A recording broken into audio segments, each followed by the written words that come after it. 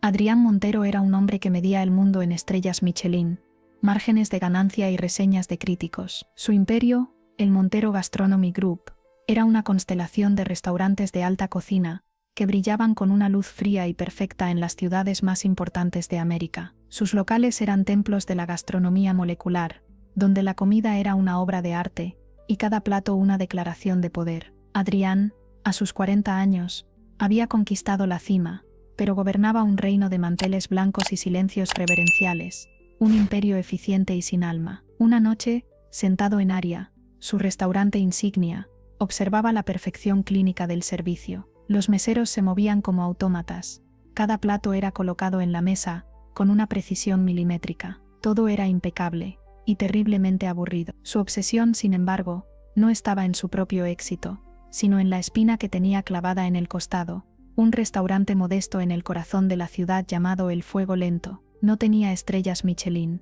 no salía en las revistas de lujo, pero tenía algo que Adrián no podía comprar: el corazón de la gente. Las filas para entrar le daban la vuelta a la manzana. Los críticos hablaban de su autenticidad y su calidez. Y su dueño, Ricardo Vargas, era todo lo que Adrián despreciaba. Vargas cocinaba con recetas de su abuela, trataba a sus empleados como familia y sonreía en las fotos con una honestidad que a Adrián le parecía un insulto, una debilidad que desafiaba todas las reglas de su mundo. Para Adrián, Vargas no era un competidor, era una anomalía, un error en el sistema que él debía corregir. Había intentado todo. Abrió uno de sus restaurantes más exclusivos a solo 2 calles de distancia, pero fracasó estrepitosamente, convirtiéndose en un mausoleo vacío frente a la vibrante vida de su rival. Intentó comprar a sus proveedores, ofreciéndoles el doble, pero le eran leales a Vargas. Intentó robarle a sus chefs, prometiéndoles fama y fortuna, pero nadie quería irse de El Fuego Lento. Una noche, mientras leía otra reseña brillante sobre el estofado que sabe a hogar de Vargas, Adrián tomó una decisión. Si no podía vencerlo desde fuera, lo destruiría desde dentro. Iba a encontrar la grieta en la fachada de Ricardo Vargas, el secreto sucio, la violación sanitaria, el fraude fiscal. Iba a descubrir la mentira detrás de esa sonrisa bonachona, porque en el mundo de Adrián, la bondad pura no existía, siempre era una máscara para algo más. Y para hacerlo, Adrián Montero, el titán de la gastronomía, tendría que morir. Y en su lugar, nacería Ángel, un hombre desesperado, sin nada que perder, y buscando una segunda oportunidad. La transformación fue total y meticulosa. Dejó sus trajes de $1000 por unos jeans gastados y una camiseta vieja. Se dejó crecer una barba de varios días, y se despeinó el cabello, normalmente impecable. Pasó horas practicando una nueva postura, una de hombros caídos y mirada baja, la postura de un hombre derrotado por la vida. Su segundo al mando, un hombre tan frío y calculador como él llamado Matías, fue el arquitecto de su nueva identidad, disfrutando del desafío con un placer casi sádico. Te llamas Ángel Ríos. Perdiste tu trabajo en la construcción hace 6 meses. Tu esposa te dejó. Tienes experiencia lavando platos en un par de restaurantes de medio pelo. Es una historia lo suficientemente triste como para ser creíble, le dijo Matías, entregándole una identificación falsa y un teléfono desechable. ¿Y cuál es el plan, exactamente?, preguntó Matías, mientras Adrián se miraba en el espejo, casi sin reconocerse. Había una sombra en sus ojos que nunca antes había visto, la del fracaso. El plan es simple: consigo un trabajo en la cocina de Vargas, me gano su confianza, me convierto en indispensable, encuentro sus debilidades, y cuando tenga suficiente información, te llamaré, y nosotros desde fuera, lo desmantelaremos pieza por pieza. Compraremos el local cuando esté en la ruina, por una miseria, y construiremos una de nuestras torres de cristal sobre sus cenizas. Con esa misión en mente, Adrián se dirigió a El Fuego Lento. El restaurante era todo lo que odiaba. No había recepcionista con una tablet, sino un pizarrón con el menú del día escrito con tiza. El aire no olía a ambientador de diseño, sino a ajo, a cebolla sofrita y a pan recién horneado, un olor que le revolvió el estómago por su simpleza. El sonido no era de música clásica instrumental, sino de risas, de conversaciones animadas y del chocar de los cubiertos. Era el sonido de la vida, y a Adrián le pareció un ruido caótico e ineficiente. Entró por la puerta de atrás, la que daba a la cocina, y se encontró con un caos organizado: ollas humeantes, sartenes chisporroteando y un equipo de cocineros moviéndose en una danza frenética y sudorosa. En el centro de todo, como una directora de orquesta en medio de una sinfonía de sabores, estaba una mujer. Tendría unos 30 y tantos años, con el cabello oscuro recogido en un pañuelo, y unos ojos marrones que parecían verlo todo. Se movía con una eficiencia y una gracia, que Adrián, incluso en su desdén, no pudo evitar admirar. Era la encarnación de todo lo que sus propios chefs, con sus pinzas y sus termómetros de precisión, habían olvidado. «¿Qué quieres?», le dijo ella sin dejar de cortar verduras a una velocidad vertiginosa. Su voz era firme, sin rodeos, y no había ni una pizca de deferencia en ella. «Busco trabajo, lo que sea, lavar platos, limpiar pisos, soy Ángel». Ella lo miró de arriba abajo, su mirada deteniéndose en sus manos. Eran manos suaves, cuidadas, no eran las manos de un hombre que había trabajado en la construcción o fregado platos. Adrián se dio cuenta de su error, y las escondió rápidamente en sus bolsillos, sintiéndose como un actor novato que ha olvidado su diálogo. «No pareces del tipo que aguanta un turno de 12 horas con el agua hasta los codos», dijo ella, escéptica. «Esto no es un spa. Necesito el trabajo, señora. De verdad, haré lo que me pida, no se arrepentirá, soy un trabajador duro». Justo en ese momento, un hombre alto y de sonrisa amable salió de la oficina. Era Ricardo Vargas. Llevaba un delantal manchado de salsa y una energía que llenaba la cocina. «Elena, ¿qué pasa aquí? ¿Quién es este buen hombre? Dice que busca trabajo, Ricardo». «Le dije que no tenemos nada. Parece más un poeta perdido que un lavaplatos». Vargas miró a Adrián, y en lugar de la sospecha que había visto en los ojos de la mujer, vio compasión. Era una mirada que Adrián no estaba acostumbrado a recibir. «Todo el mundo merece una oportunidad. El lavaplatos nos renunció ayer. El puesto es tuyo si lo quieres. Pero te advierto, aquí se trabaja duro. No pagamos mucho, pero siempre hay un plato de comida caliente al final del turno». «Gracias, señor, gracias. No lo decepcionaré». Vargas le sonrió y le dio una palmada en la espalda que casi lo desequilibra. «Bienvenido a la familia Ángel. Ella es Elena, nuestra jefa de cocina. Es el corazón de este lugar. Hazle caso en todo lo que te diga, y sobrevivirás». Y así Adrián Montero, el millonario, se puso un delantal áspero, y comenzó su primera noche como Ángel, el lavaplatos. El trabajo era brutal, el calor, el vapor, el ruido incesante, montañas de platos sucios que parecían no tener fin, cada uno un testimonio de la popularidad del lugar que había venido a destruir. Al cabo de unas horas, le dolía la espalda, tenía las manos arrugadas, y sentía una fatiga física que ninguna junta directiva de 16 horas le había provocado jamás. Mientras trabajaba, observaba. Buscaba el fallo, la debilidad, la infracción, pero no la encontraba. Vio a Elena moverse por la cocina, probando una salsa directamente de la olla con una cuchara, ajustando el fuego con un movimiento instintivo, dando una orden con firmeza pero sin gritar, y luego animando con una sonrisa a un joven cocinero que se había equivocado. Era el alma del lugar, tal como había dicho Vargas. Al final de la noche, cuando el último cliente se fue y la cocina empezó a calmarse, Elena se le acercó. Le tendió un plato hondo y humeante. «Come, no has probado bocado en toda la noche». Un ejército marcha sobre su estómago, incluso el de los lavaplatos. Era un plato sencillo de estofado de carne con verduras, el mismo que los críticos elogiaban. Adrián, o Ángel, estaba demasiado cansado para negarse. Se sentó en un taburete en un rincón, y dio el primer bocado. Y entonces, algo sucedió. El sabor no era complejo ni sofisticado. No había espumas ni aires. Era simple, profundo, honesto. Era un sabor que le recordaba algo que no había probado en 30 años, desde que su madre cocinaba para él en una pequeña cocina, mucho antes de que el dinero y la ambición lo cambiaran todo. Sabía ahogar. Levantó la vista, y vio a Elena observándolo, con una ceja arqueada. «¿Está bueno?», preguntó ella. «Sí, es increíble». La palabra salió de su boca antes de que pudiera detenerla. «Es la receta de mi abuela. El secreto es cocinarlo a fuego lento, con paciencia, como todas las cosas buenas de la vida». Esa noche, cuando Adrián regresó a su penthouse de lujo, se dio una ducha para quitarse el olor a comida y a trabajo duro. Se puso una bata de seda y se sirvió un whisky de 30 años. Pero mientras miraba la ciudad desde su ventana, el sabor de aquel estofado persistía en su paladar, una verdad simple en un mundo de artificios. Por primera vez, se dio cuenta de que su misión podría ser mucho más complicada de lo que había imaginado. El secreto de Ricardo Vargas no estaba en un libro de contabilidad ni en una receta robada. Estaba en un plato de estofado, y en la mujer que lo cocinaba. Los días se convirtieron en semanas. Ángel,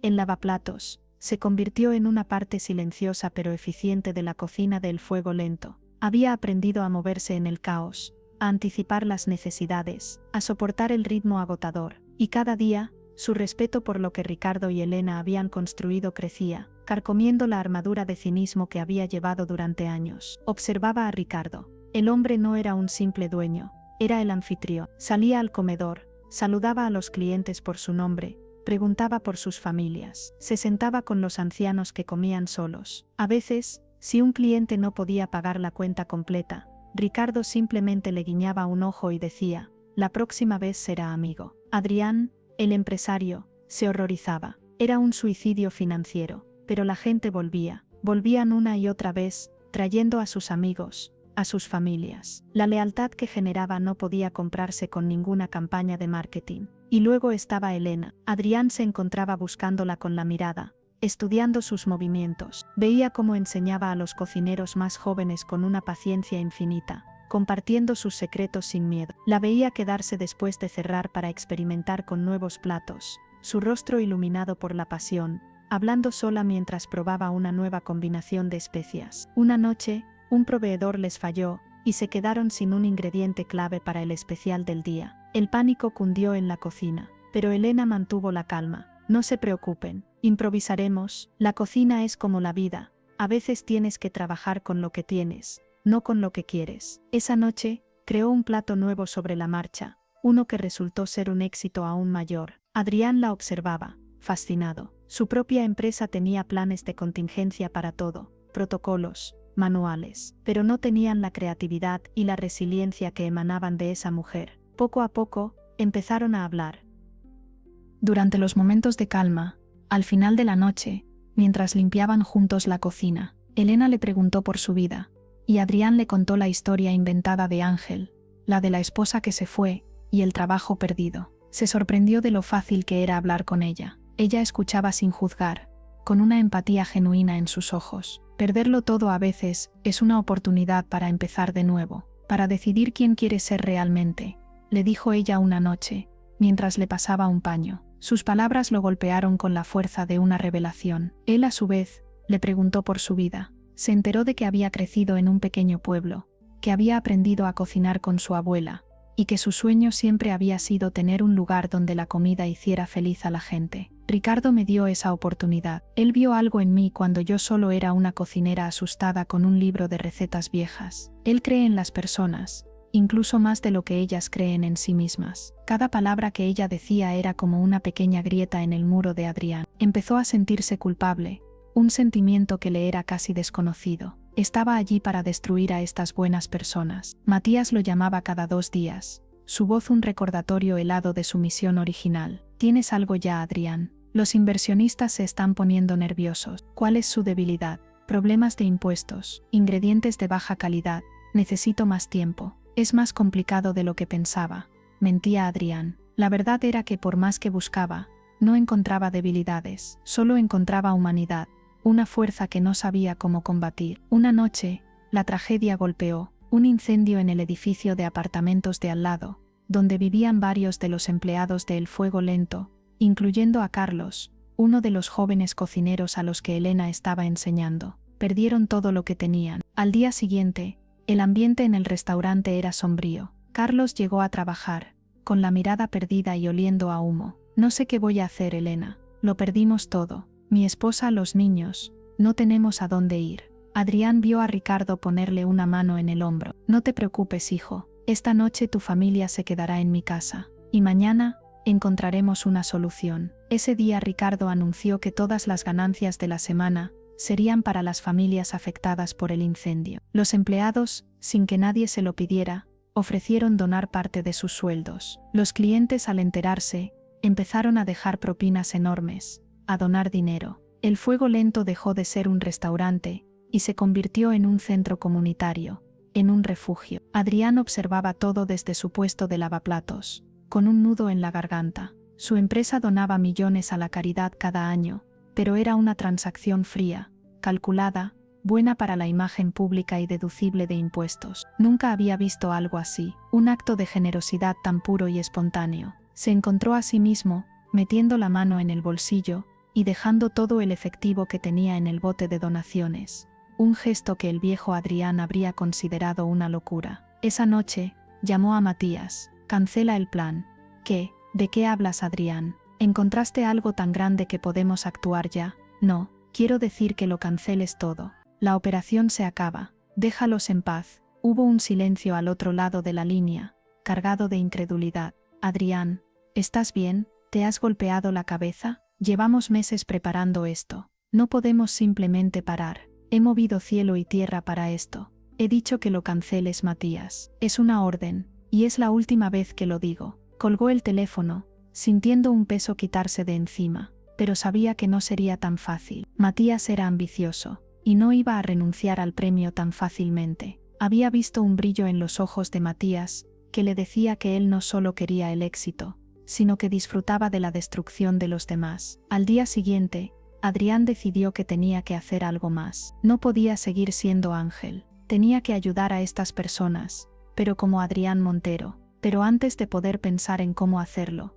el desastre llegó de otra forma. Un inspector de sanidad apareció en el restaurante. No era una visita de rutina. Era un hombre con cara de pocos amigos, que revisaba cada rincón con una lupa, buscando el más mínimo fallo. Finalmente, después de 2 horas, salió de la cocina con una carpeta en la mano y una sonrisa triunfante. Tienen una plaga de cucarachas en el almacén, además de otras 20 infracciones menores. Tienen 24 horas para solucionar todo o clausuraré el local indefinidamente. Ricardo y Elena se quedaron de piedra. Eso es imposible. Fumigamos todos los meses. El almacén está impecable, protestó Elena. Mis hallazgos dicen lo contrario. 24 horas. Y se fue. Corrieron al almacén. Y allí, en una esquina oscura, encontraron una caja rota y media docena de cucaracharas muertas. Parecía plantado. Alguien nos ha hecho esto, dijo Ricardo con la cara pálida. ¿Pero quién? ¿Y cómo vamos a solucionar esto en 24 horas? Llamar a los exterminadores,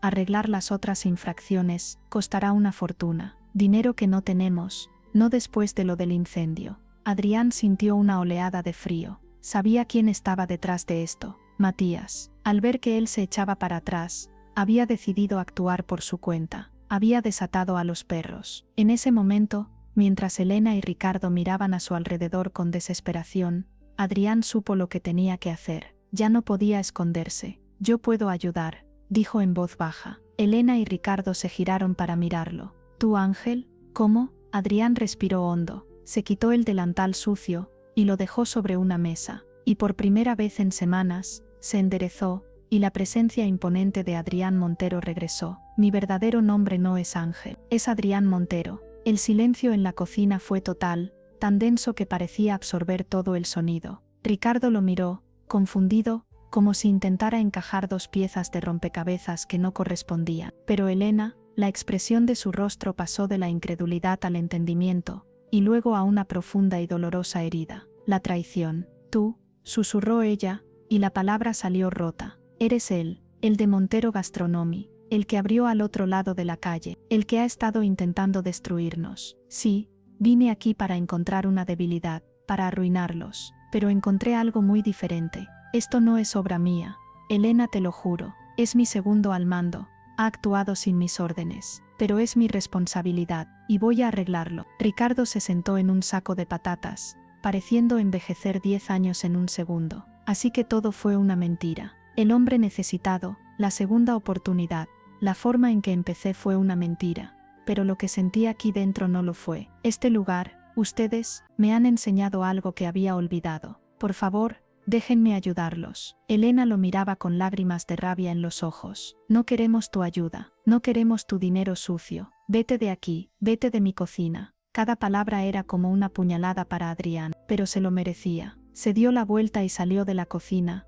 pasando junto a los rostros atónitos de los cocineros que hasta hacía un momento habían sido sus compañeros. Pero no se fue a casa. Hizo una llamada. Usó todo su poder, toda su influencia, la misma que había usado para construir su imperio. A la mañana siguiente, cuando el inspector de sanidad regresó a El Fuego Lento para clavar el cartel de clausurado, se encontró con una sorpresa. Un segundo inspector, mucho más importante, enviado directamente desde la oficina central del Estado, ya estaba allí. Y también estaba un equipo de control de plagas de la mejor empresa de la ciudad, que certificaba que el local estaba impecable. El primer inspector fue suspendido de su cargo, pendiente de una investigación por soborno. Ricardo y Elena no entendían nada, pero entonces apareció Adrián. No venía vestido como ángel, sino con uno de sus trajes caros. Pero su expresión no era la del empresario arrogante, sino la de un hombre arrepentido. Me encargaré de que Matías pague por lo que hizo, y de que nadie vuelva a molestarlos, dijo en voz baja. Ricardo lo miró,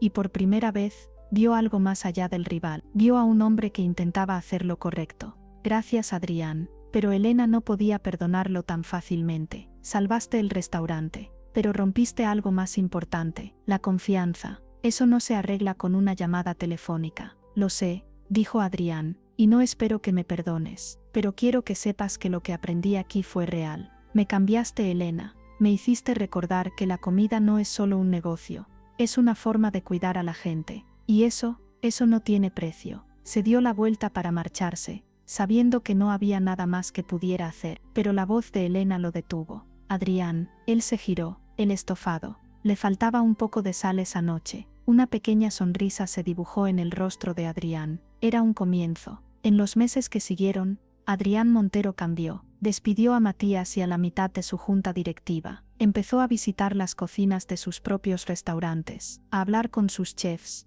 a probar la comida. Introdujo nuevos platos inspirados en la cocina honesta y directa del fuego lento. Empezó a crear restaurantes con alma. No volvió a El Fuego Lento como un rival, ni como un lavaplatos. Volvió como un cliente. Se sentaba en una mesa en el rincón, solo, y pedía siempre el estofado. Elena salía de la cocina, y se quedaban mirando desde la distancia. No necesitaban palabras. Una noche, ella se acercó a su mesa. Necesito un nuevo lavaplatos. El trabajo es duro. La paga no es muy buena. ¿Conoces a alguien?, dijo ella, con un brillo de picardía en los ojos. Adrián sonrió. Conozco a un tipo. Tiene experiencia. Es un poco arrogante, pero creo que está aprendiendo a ser mejor persona. Ah, sí, rió ella suavemente. ¿Y crees que pueda soportar a una jefa de cocina muy exigente? Creo que es lo único que lo mantiene a raya, respondió él, y por primera vez en mucho tiempo, su risa fue genuina y libre. No volvió a lavar platos, pero empezó a pasar tiempo allí. Llegaba temprano, antes de que abrieran, con 2 cafés en la mano. Se sentaba en la cocina mientras Elena preparaba el servicio, y hablaba. Él le contaba de los desafíos de cambiar una corporación gigante, de la resistencia que encontraba, de lo vacío que se sentía su mundo comparado con la calidez de esa cocina. Ella le hablaba de nuevos platos, de las historias de sus empleados, de sus sueños para el restaurante. Se convirtieron en confidentes. Ricardo los observaba con una sonrisa sabia. Veía cómo Adrián miraba a Elena, no como un rival, sino con una admiración y un cariño que eran imposibles de fingir. Un día, la noticia cayó como una bomba. La crítica gastronómica más temida del país, Isabella Dubois, conocida como la Dama de Hielo, había anunciado en su columna que visitaría El Fuego Lento. Era una mujer del mundo de Adrián, una que podía hacer o deshacer un restaurante con una sola frase. El pánico se apoderó de la cocina. Nos va a destrozar, decía Carlos. El joven cocinero odia la comida casera. Le gusta la comida que parece de un laboratorio. Elena estaba nerviosa, pero decidida. No vamos a cambiar nada, le cocinaremos lo que somos. Si no le gusta, es su problema. Adrián sintió un escalofrío. Conocía a Isabela. Era despiadada. Una parte de él, el viejo Adrián, quiso intervenir. Podríamos hacer un plato especial para ella. Algo más sofisticado. Conozco sus gustos. Elena lo miró, y la decepción en sus ojos fue más afilada que cualquier cuchillo. Pensé que habías entendido de qué se trata este lugar, Adrián. Él comprendió su error. Estaba intentando protegerla con las armas de su viejo mundo. Un mundo que ya no quería. Tienes razón. Perdóname. Confío en ti. Confío en tu comida. La noche de la visita de la crítica, el restaurante estaba tenso. Isabella Dubois llegó, vestida de negro, con una expresión gélida. Adrián, vestido con un sencillo delantal, ayudó a Ricardo en el comedor, actuando como mesero. Cuando tomó la orden de la crítica, ella lo reconoció al instante. Montero, ¿qué demonios haces aquí? Has caído tan bajo. Al contrario, Isabela, creo que por fin estoy subiendo, respondió él con una calma que la sorprendió. Adrián le sirvió los platos. El estofado, las empanadas, el flan casero, comida honesta, sin pretensiones. Con cada bocado, la expresión de Isabela no cambiaba. Anotaba cosas en su libreta impasible. Cuando terminó, pidió hablar con la chef. Elena salió de la cocina, limpiándose las manos en el delantal, lista para la ejecución. Isabela la miró fijamente. Chef, he pasado los últimos 20 años comiendo espumas, aires y deconstrucciones. He comido oro y he probado vinos que cuestan más que un auto. Y he olvidado por completo a qué sabía la comida de verdad. Se levantó. Gracias por recordármelo. La reseña que salió días después fue legendaria. Hablaba de un restaurante que no vendía comida, sino recuerdos. De una chef que no cocinaba con las manos, sino con el corazón. El fuego lento se convirtió en una sensación. Esa noche, después de celebrar con todo el equipo, Adrián y Elena se quedaron solos en la cocina silenciosa. Lo hicimos, dijo ella, con una sonrisa cansada. No, tú lo hiciste. Yo solo tuve el privilegio de verlo, dijo Adrián, acercándose a ella. Elena, cuando vine aquí, estaba vacío. Tenía restaurantes, pero no tenía un hogar. Tenía empleados, pero no una familia. Y luego te conocí, y me enseñaste que los ingredientes más importantes no se pueden comprar. Se arrodilló, no con un anillo de diamantes, sino con una pequeña alianza de plata que había comprado esa tarde. No quiero que te unas a mi imperio. Quiero unirme a tu mundo. Quiero pasar el resto de mi vida aprendiendo tus recetas. Cásate conmigo, Elena. Las lágrimas corrieron por las mejillas de Elena, pero esta vez eran de felicidad. Sí, y quiero. Su boda no fue un evento social publicitado. Fue una fiesta en el patio trasero del Fuego Lento, con luces de feria colgadas de los árboles y mesas largas llenas de comida. Los invitados no eran celebridades ni magnates, sino los empleados, los clientes habituales, los proveedores y las familias a las que habían ayudado. Juntos, Adrián y Elena no solo fusionaron sus vidas, sino también sus mundos. Crearon una fundación para dar becas a jóvenes cocineros sin recursos, y abrieron una escuela de cocina gratuita para la gente del barrio. El Montero Gastronomy Group no desapareció, pero se transformó. Adrián introdujo el plato del día de la abuela en todos sus restaurantes de lujo, un plato sencillo y honesto en medio de la sofisticación, un recordatorio constante de dónde había encontrado la verdad. Y así, el millonario que había fingido ser pobre para destruir a su rival, encontró algo que nunca había buscado. Descubrió que la vida, como la buena comida, no se trata de ingredientes caros ni de técnicas complicadas. Se trata de paciencia, de honestidad, de cocinar a fuego lento y de compartir tu mesa con la gente que amas.